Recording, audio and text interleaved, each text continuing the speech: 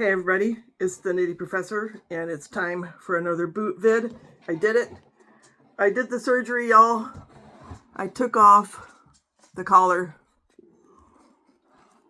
and I'm never looking back. So I'm told this has some goat leather.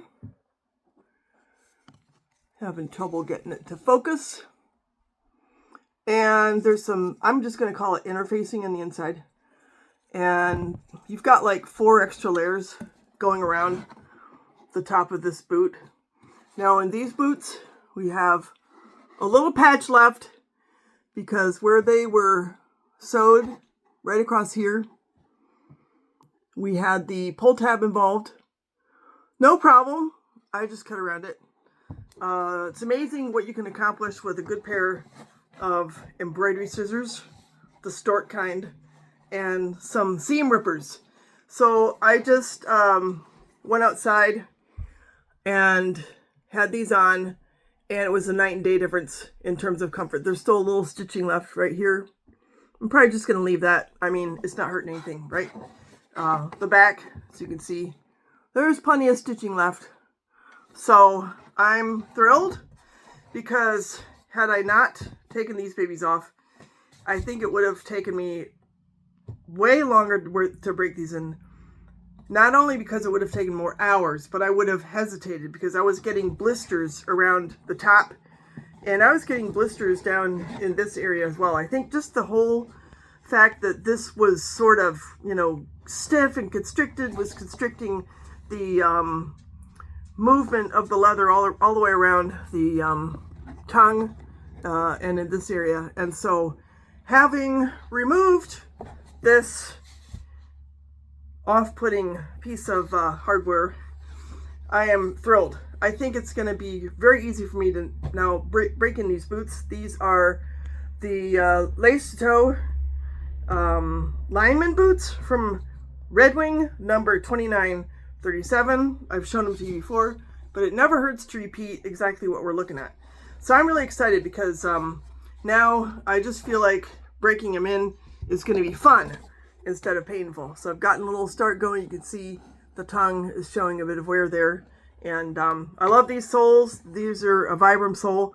They are chunky, but they're more rubbery. They have more of a kind of a shock absorbing effect than you might think. And of course the other boots that I did this surgery on are my Alpine Classic Mocks. Also Red Wing. I'll look up the number for you. 8828, the 8828. Again, same surgery, same outcome. I had these on a couple days ago, and I was like, whoa, that's so comfortable. Night and day difference. So I guess my advice is, if you want a surgery on your boot and trying to get rid of another rogue thread, just don't hesitate, because it's just so worth it to, cut off a little piece and then realize that as a result, they're easy to break in and they're going to be a joy to wear. As I said before, I did that same procedure to my Red Wing blacksmiths quite a while back, and I've gotten so much wear of those that I'm almost embarrassed to show them to you because they are kind of thrashed. I have conditioned them, but they could probably stand another round. And I appreciate one of you all telling me that even though this is the Red Wing traction tread sole, it's actually made by Vibram, which doesn't surprise me a whole lot. I wouldn't have known that had you not told me. That's one of the things I love about doing this channel. I learn from all of you, and it just makes it that much more fun. So I have one other thing to show you. Patina season has recommenced. You can see here I have been mowing in my Iron Rangers with the Hawthorne Muleskinner leather. So just to give you an idea, the leather on these lineman boots is literally the same as the leather on these Iron Rangers, and you can tell, the lengths I've gone to assure that these Iron Rangers are mine. They have my signature on them, the evidence of my effort to make some kind of a difference, even if it's just to have a nice yard, right? But I don't know, I just love this. And people are sort of at odds regarding whether or not you should condition rough out leather, but I did condition these. I slathered them with the Red Wing product. The, what's it called? It's got that cow name on it.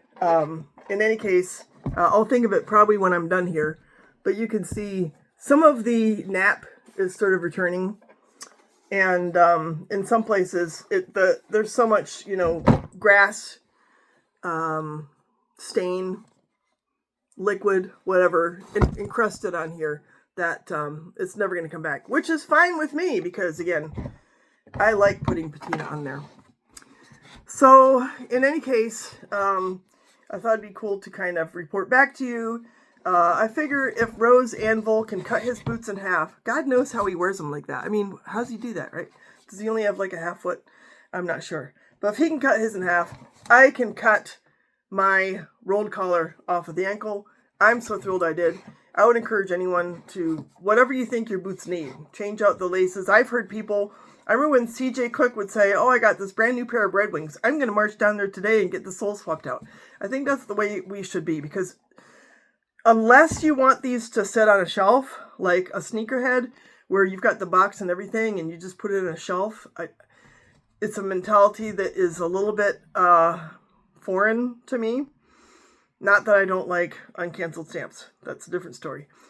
But if I'm going to pay this kind of money for a pair of boots, I want to get my money's worth out of using them, wearing them, enjoying them. This is something I'm going to address in my knitting videos coming down the pike here. But my sister said the difference between your art and my art is that everybody can see your art because you wear it. And my boots aren't art, but they're collectibles. But I can show them off by wearing them.